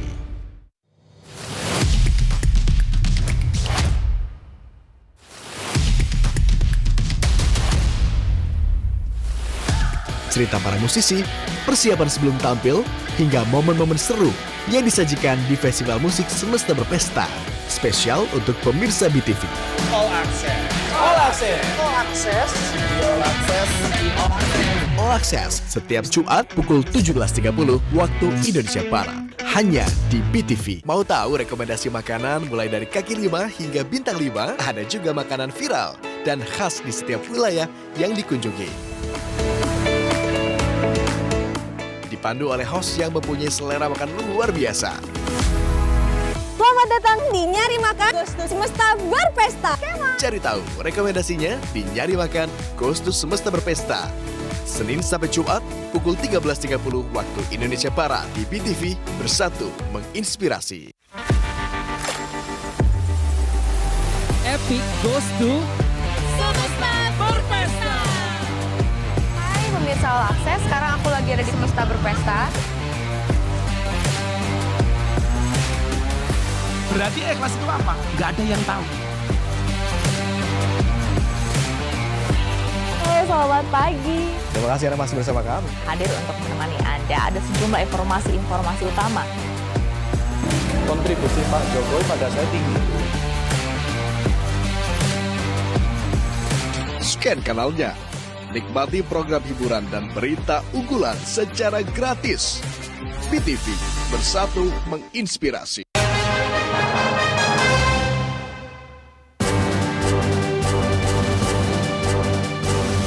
Pemirsa, Gubernur Jawa Tengah Ganjar Pranowo mengajak seluruh kader GP Ansor untuk turut serta menjaga kestabilan dan kondusivitas di daerah memasuki tahun politik 2024. Hal itu disampaikan Ganjar dalam orasi kebangsaan saat menghadiri Kemah Bakti Pimpinan Cabang atau PC GP Ansor Kabupaten Wonosobo Sabtu pagi. Ganjar menambahkan ketegangan antar masyarakat biasa terjadi setiap menjelang tahun politik 5 tahunan. Hal itu terjadi lantaran perbedaan pandangan dan pilihan politik.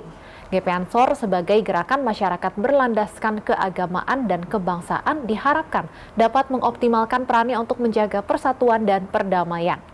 Dengan keaktifan GP Ansor, Ganjar mendorong para kader sekaligus prajurit Nahdlatul Ulama untuk menjaga masyarakat dari perpecahan.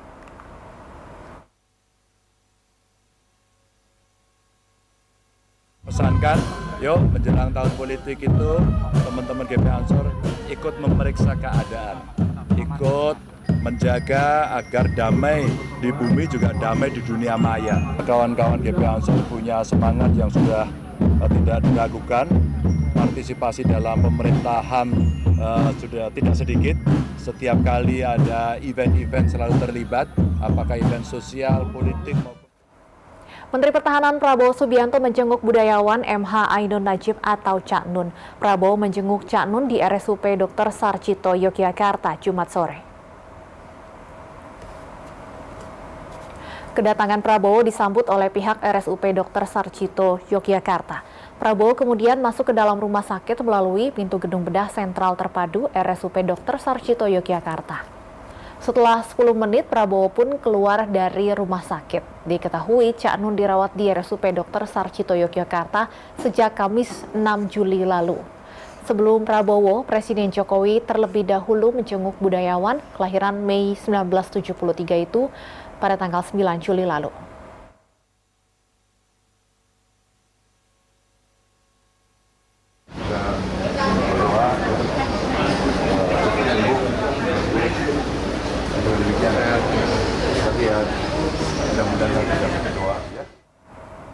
Kita ke informasi lain, pemirsa, jelang Piala Dunia U17 2023, skuad Garuda Muda Indonesia mulai lakukan latihan sekaligus pertandingan internal di lapangan A GBK Senayan, Jakarta Pusat pada Sabtu pagi.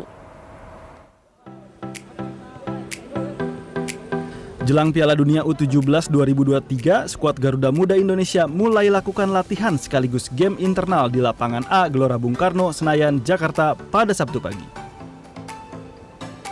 Game internal diadakan sebagai upaya uji coba lapangan untuk pertama kalinya.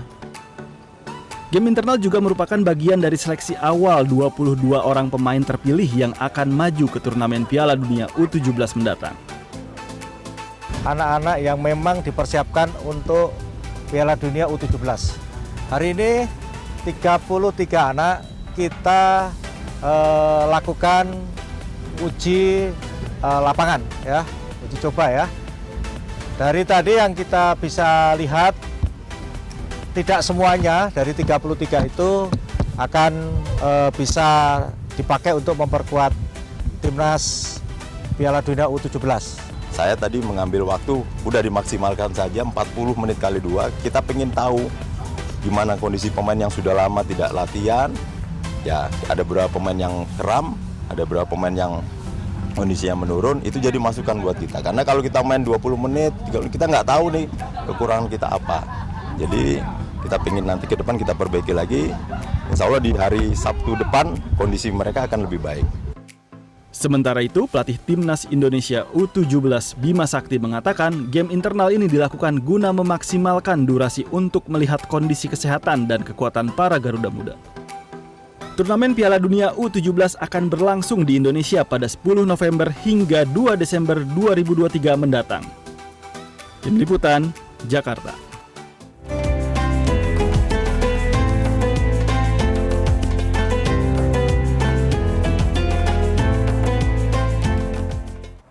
Jelang kepulangan ke tanah air, petugas penyelenggaraan ibadah haji Arab Saudi daerah kerja Madinah mulai menyiapkan dokumen jemaah haji Indonesia gelombang kedua. Proses penyiapan dokumen dimulai dengan pengumpulan paspor jemaah haji di Terminal Hijrah Madinah untuk diamankan oleh Muasasah Adilah. Setelah itu dokumen diserahkan ke penampungan paspor sesuai negaranya masing-masing. Nantinya di Muasasah Adilah dokumen akan dilakukan pengecekan termasuk boarding pass jemaah. Adapun Muasasah Adilah ini adalah lembaga yang ditunjuk pemerintah Arab Saudi untuk melayani jemaah haji Indonesia termasuk dokumen jemaah.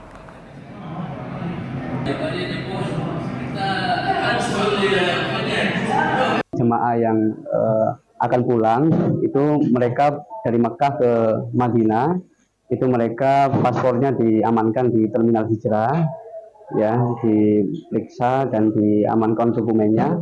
Kemudian paspor itu tidak langsung diberikan jamaah, tetapi dilengkapi dulu dokumennya. Dalam hal ini adalah diberi boarding pass, ditempelin boarding pass di masing-masing paspor. Jadi paspor dari Terminal Hijrah itu masuk ke penampungan paspor di gedung sebelah ini, kemudian didistribusikan ke masing-masing negara. Ya, ini kebetulan kantor khusus untuk. Sementara itu, pemirsa, memasuki hari ke-18 sejak jemaah dinyatakan hilang pada 27 Juni 2023, proses pencarian 2 jemaah haji Indonesia embarkasi Palembang dan Kertajati terus berlanjut hingga hari ini. Proses pencarian melibatkan personil layanan perlindungan jemaah dan sektor di Makkah. Sejak ada laporan jemaah yang belum kembali ke kloternya, layanan perlindungan jemaah sudah membentuk 2 tim pencarian. Semua unsur Linjam Mekah melaksanakan patroli dan ke wilayah Arafah, Musdalifah, dan Mina sebanyak 3 kali. Kini pencarian jemaah yang hilang akan dilakukan ke Arafah untuk keempat kalinya. Diharapkan dalam proses pencarian kali ini pihak Linjam mendapatkan titik terang. Seperti halnya kemarin juga kita sudah terkait 2 orang jamaah haji yang masih saat ini belum ada titik terang, yaitu atas nama Bapak Idun Rohim Zain bin Rohim dari embarkasi Palembang 20 dan Bapak Suharja Ardi dari embarkasi KJT 10. Setelah itu kami laksanakan pencarian menuju area Mina. Sebelumnya kami mampir ke Rumah Sakit Mina Al-Wadi, berkoordinasi dengan para pengurus yang ada di rumah sakit itu. Kemudian kami kembali sisir tenda-tenda Mina. Kemudian kami melaksanakan pencarian juga di rumah sakit. Nah, pemirsa, untuk mengetahui bagaimana proses pencarian jemaah haji yang hilang serta informasi terkini terkait kepulangan para jemaah haji lain, kami sudah terhubung dengan Wisnu Bagus di Madinah, Arab Saudi. Wisnu, bagaimana proses pencarian jemaah haji yang hilang? Ya, pemirsa, dapat saya laporkan kemarin hari Jumat 14 Juli tim dari layanan perlindungan jamaah kembali menyisir sejumlah wilayah di Mekah dan khususnya di Arafah, Mina. Mereka membagi 2 tim untuk menyisir kembali tenda-tenda atau maktab-maktab yang dihuni oleh jemaah Indonesia pada puncak haji. Tim juga menyusuri toilet, kamar mandi, dan juga beberapa tumpukan kasur di wilayah tersebut untuk mencari 2 jemaah haji yang hilang, yaitu jemaah asal Palembang dan Kloter Kertajati, untuk mencari jejak-jejak apabila ada tanda-tanda yang bisa menjadi penemuan tim dari pelayanan jamaah. Namun hingga kini belum ada titik terang demikian soal belum ditemukannya 2 jemaah haji Indonesia tersebut. Selain di Arafah, tim juga menyisir sejumlah rumah sakit di Mina dan di Makkah, yaitu dengan mendatangi kamar perawatan, ICU, hingga kamar jenazah di rumah sakit yang berada di Mina dan di Mekah. Mereka juga mengkonfirmasi atau bertanya kepada pihak rumah sakit apakah ada 2 jemaah haji yang saat ini sedang dicari untuk ditelusuri lebih lanjut keberadaannya. Namun hingga kini memang belum ada yang bisa diungkapkan dari pihak panitia penyelenggara ibadah haji. Meski demikian, panitia penyelenggara ibadah haji Arab Saudi tetap berdoa atau meminta doa kepada seluruh warga atau seluruh penduduk Indonesia agar kedua jemaah haji yang hilang ini segera menemui titik terang. Sebenarnya fenomena jemaah haji hilang ini biasa terjadi setelah puncak haji, sehingga protap yang dilakukan oleh petugas telah disusun dengan rapi untuk menelusuri kehilangan 2 jemaah haji tersebut. Demikian. Wisnu, selain dari PPIH Indonesia, kalau dari pihak Arab Saudi, siapa saja yang kemudian dilibatkan untuk membantu pencarian jemaah haji Indonesia yang hilang?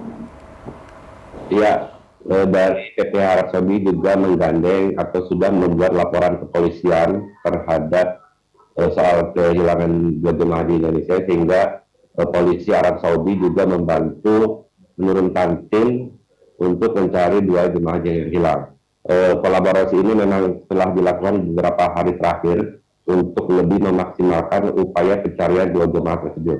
Para polisi ini juga menyebarkan data ke sejumlah koneksinya di wilayah Mekah dan Mina serta di Arafah untuk mencari jejak-jejak 2 jemaah haji hilang Indonesia tersebut. Demikian. Baik, terima kasih Wisnu Bagus melaporkan langsung dari Madinah, Arab Saudi. Selamat bertugas kembali.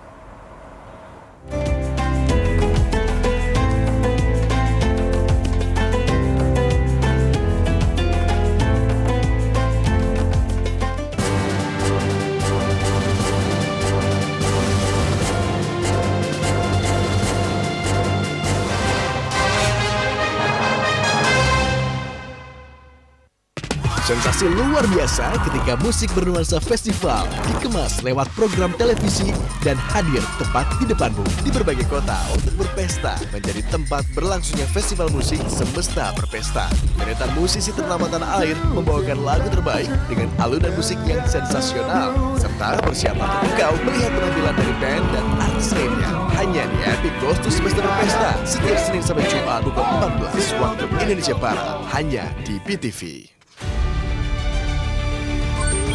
BTV pindah kanal? Tidak perlu khawatir. Scan kanal barunya dan nikmati program hiburan tanpa batas secara gratis. BTV, bersatu menginspirasi.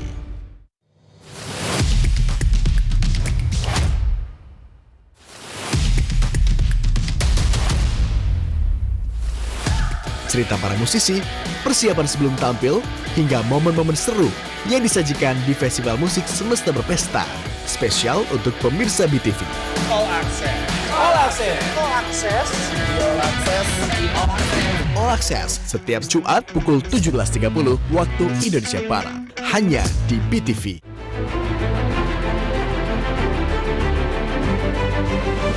Dijaga konstitusi ini agar semua hidup bahagia di Republik ini. Ini bagian yang penting. Digugat kita hadapi. Dan itu udah mulai kelihatan. Sebelum Ganjar Pranowo diumumkan oleh PDI Perjuangan, kontribusi Pak Jokowi pada saya tinggi. Pemenangan di 2024 kemenangannya. Jangan lewatkan obrolan malam bersama Christian Bridge hanya di BTV. Pro dan kontra tradisi kontes seni ketangkasan domba Garut. Itu HPDKI paling ngecam. Silahkan berhadapan kalau ada judi bubarkan. Dalam mengupayakan pelestarian budaya seni ketangkasan domba Garut. Seni ketangkasan domba Garut adalah budaya yang perlu kita lestarikan. Saksikan Lenggak Ngayun Si Tanduk Baja. Jangan lewatkan film pendek Indonesia Minggu pukul 13 waktu Indonesia Barat hanya di BTV.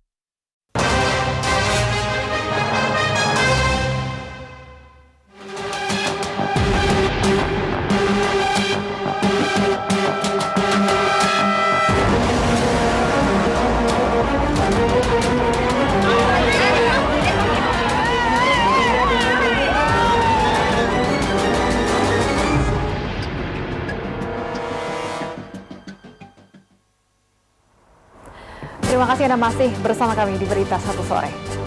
Pemirsa, kami hadirkan sejumlah rangkaian peristiwa kriminal yang menjadi catatan redaksi Berita Satu Sore. Informasi ini sekaligus menjadi penutup jumpa kita di Berita Satu Sore hari ini. Saya Stefani Patricia pamit undur diri. Jangan lupa ikuti seluruh media sosial kami di Instagram, Twitter, dan YouTube. Jaga kesehatan dan tetap semangat. BTV, bersatu menginspirasi.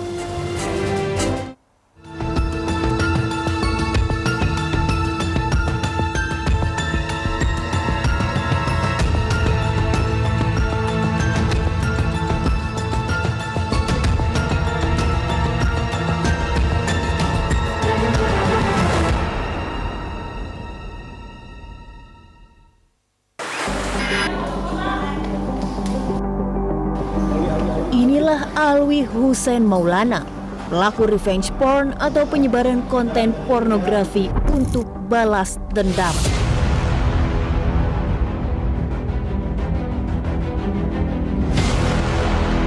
Alwi menyebarkan video hubungan seksnya dengan seorang perempuan berusia 23 tahun di Pandeglang, Banten. Kasus mencuat setelah Imam Zanatul Hairi, kakak korban, membagikan masalah ini di media sosial Twitter. Pelaku Alwi menyebarkan video asusila kepada saudara korban pada Desember 2022 lalu.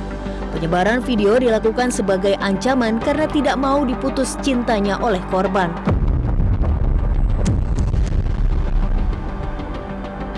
Pelaku juga diduga mencekoki korban sebelum melakukan perbuatan amoralnya sehingga korban dalam kondisi tidak sadar. Tak hanya menyebar video, Alwi juga melakukan kekerasan dan ancaman. Pelaku mengancam akan menyebar video ke teman-teman dekat dan dosen korban. Bahkan Alwi berniat untuk membunuh korban. Korban memendam lama ancaman pelaku. Pihak keluarga akhirnya melaporkan Alwi ke polisi. Alwi ditangkap pada Februari 2023 dan jadi tersangka Undang-Undang ITE. Kasusnya masuk meja hijau.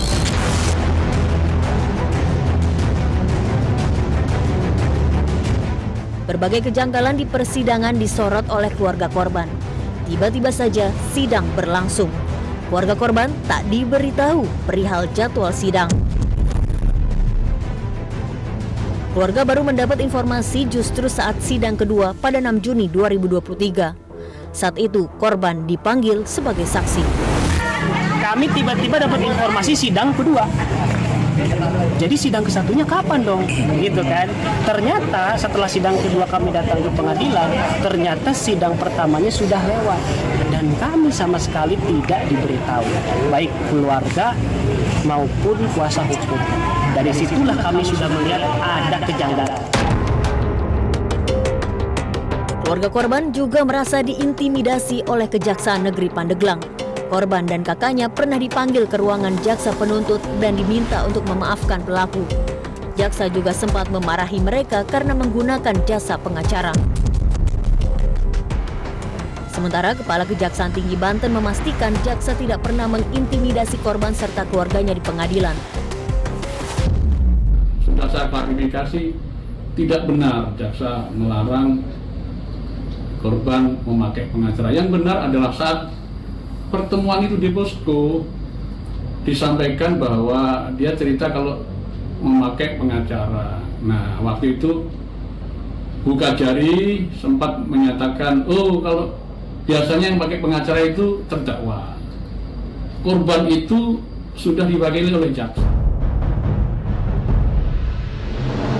Alwi kemudian dituntut 6 tahun penjara oleh jaksa penuntut umum. Universitas Sultan Ageng Tirtayasa mengeluarkan pelaku Alwi Hussein Maulana dari kampus. Keluarga kembali merasakan kejanggalan. Seharusnya pembacaan putusan terdakwa Alwi dijadwalkan pada Selasa 11 Juli, namun sidang ditunda. Agenda sidang malah berubah menjadi penyampaian pledoi yang diajukan terdakwa. Dengan adanya perubahan tersebut, sontak pihak keluarga dan pendukung korban tidak terima. Keluarga melontarkan protes dan korban menangis histeris. Kak korban Iman Zanatul Hairi mengaku keluarga sangat kecewa dengan keputusan majelis hakim karena tiba-tiba mengubah agenda sidang. Sidang hari ini ditunda dan kami menilai bahwa kejaksaan ini berperan dalam mengulur waktu persidangan.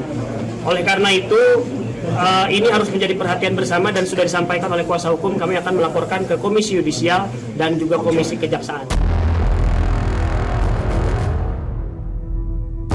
Sementara juru bicara Pengadilan Negeri Pandeglang menyatakan penundaan vonis dan membuka kembali persidangan merupakan kewenangan majelis hakim. Bahwa ternyata terdakwa saat ini menggunakan seorang kuasa untuk mengajukan pembelaan. Nah, pembelaan tersebut disampaikan secara tertulis sehingga majelis hakim menggunakan pasal 182 ayat 2 yang menjadi kewenangannya untuk membuka kembali suatu persidangan.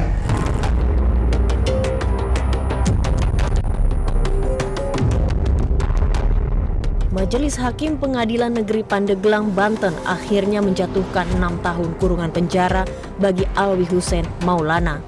Alwi terbukti bersalah melanggar Undang-Undang ITE.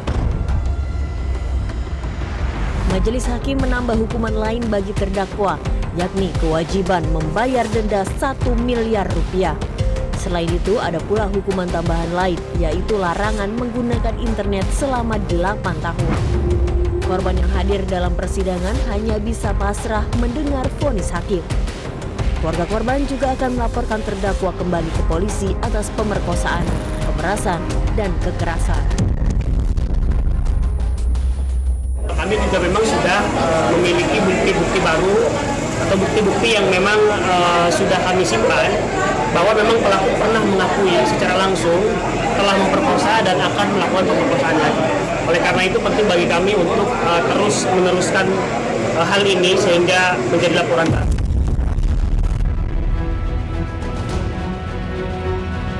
Revenge porn juga terjadi di Pekanbaru Riau. Diburu polisi, Panji Adinul, pelaku penyebaran video seks dengan mantan kekasih, akhirnya ditangkap.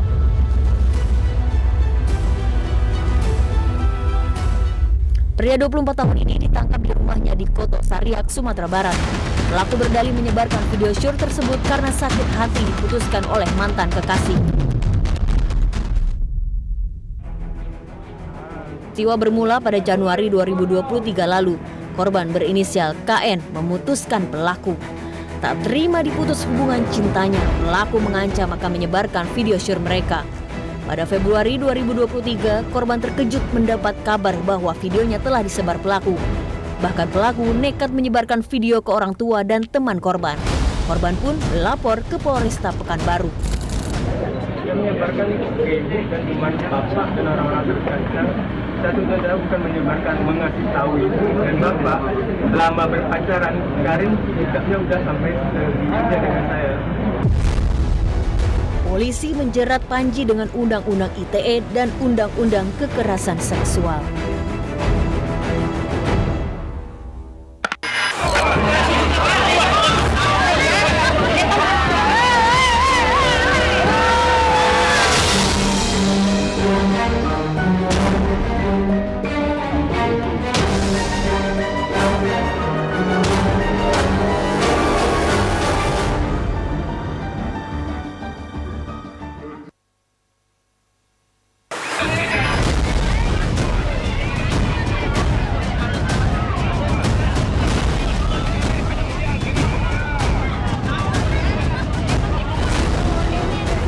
Sorak-sorai massa mengiringi kepergian Badrin dari rumahnya di Kecamatan Masbagi, Lombok Timur, Nusa Tenggara Barat. Sorakan massa semakin menggema saat Badrin digotong polisi dan dimasukkan ke dalam mobil. Badrin, pria 55 tahun, ditangkap polisi karena menebas leher dan kepala Ana, istrinya sendiri. Tindakan Badrin membuat Ana bersimbah darah. Tragisnya, penganiayaan dilakukan Badrin ketika istrinya tengah memasak di dapur rumah mereka. Pada saat masa inilah korban mungkin sempat mengeluarkan kata-kata yang tidak enak sehingga terduga pelaku secara spontan melakukan penganiayaan terhadap korban.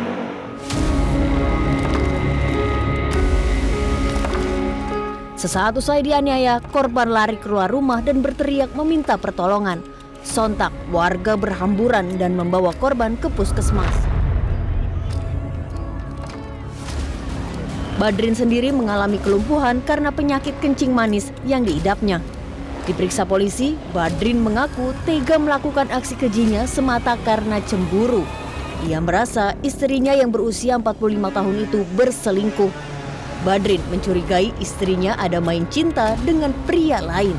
Untuk mempertanggungjawabkan perbuatannya, Badrin harus merasakan dinginnya jeruji besi.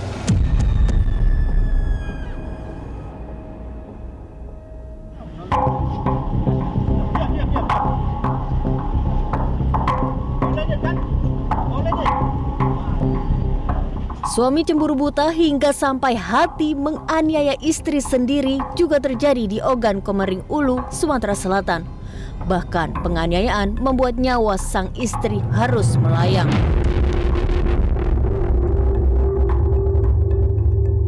Usai menghilangkan nyawa istrinya, Maulidin melarikan diri dan diburu pihak berwajib. Polisi sampai berjibaku saat menangkap Maulidin di Jalan Akmal, Kelurahan Pasar Lama, Ogan Komering Ulu. Sebelum berhasil kabur dengan menaiki angkutan umum, Maulidin dicokok terlebih dahulu. Dalam usaha pelariannya, Maulidin membuang senjata tajam yang digunakan untuk menikam sang istri. Polisi membawa kembali Maulidin ke sungai tempat dia membuang senjata tajam yang digunakan. Polisi terpaksa mengubek-ngubek lokasi demi mencari barang bukti. Diinterogasi di kantor polisi, Maulidin mengaku tega membunuh istrinya karena cemburu. Maulidin juga merasa istrinya telah berselingkuh. Asal mula rasa cemburu dan tuduhan Maulidin muncul setelah dirinya melihat pesan singkat di handphone istrinya. Isi pesan singkat berisi akan ada seseorang yang akan datang ke daerah Batu Raja demi bertemu istrinya. Melihat pesan itu, Maulidin naik pitam dan gelap mata. Dalam sekejap, Maulidin langsung menikam istrinya. Pak, berapa kali kamu kerja itu? 5 kali, Pak. 5 kali ya. Habis mudiah itu apa yang kau lakukan? Melarikan diri. Iya. Usai menikam sang istri, Maulidin langsung melarikan diri. Butuh beberapa hari bagi polisi untuk memburu pelaku. Pencarian mulai dari hari Sabtu kejadian dan berhasil diamankan ya hari Senin ini ya, kurang lebih 3 hari. Penikaman terjadi di kamar Maulidin dan istrinya. Usai ditikam, istri Maulidin sempat mengejar suaminya sembari menahan rasa sakit. Namun korban akhirnya terjatuh di ruang tamu. Ketua RT menerangkan sehari-hari pelaku bekerja di kebun kecamatan berbeda. Dirinya pun jarang berkomunikasi dengan Maulidin. Tapi sehari sebelum terjadinya pembunuhan, Maulidin tiba-tiba saja mengeluh ke ketua RT tentang istrinya. Nah, dia baru ke rumah pagi kemarin, dia bercerita perihal ada perhara rumah tangga. Cuman kita sempat dikasih pandangan, ya sepertinya dia manut. Iya. Tetapi nyatanya terjadi pembunuhan ini.